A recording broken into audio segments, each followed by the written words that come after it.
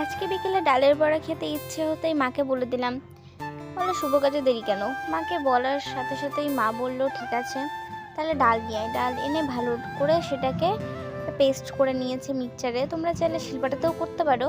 তারপরে চাল গুঁড়ো করে চালের গুঁড়ো অল্প দিয়ে নেবে, তারপরে ওখানে লঙ্কা বেটে দেবে, কাঁচা লঙ্কা দেবে কেটে, তারপরে পেঁয়াজ দেবে। পেঁয়াজ তোমরা চাইলে বেশিও দিতে পারো অল্পও দিতে পারো, পেঁয়াজ বেশি দিলে একটু বেশি টেস্টি হয় আর খেতে অনেক সুস্বাদু।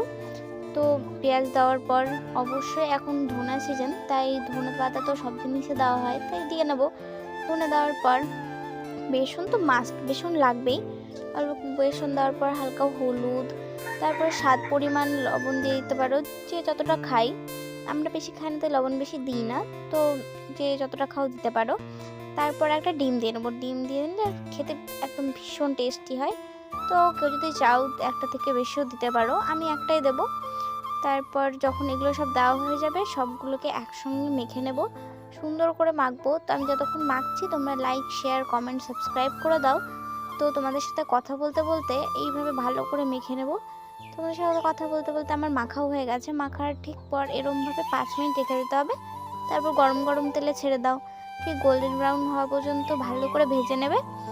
ভাজার পর উঠিয়ে নেবে, কি সুন্দর ক্রিস্পি পাবে, খেতে দুর্দান্ত লাগে। তোমরা অবশ্যই বাড়িতে ট্রাই করো।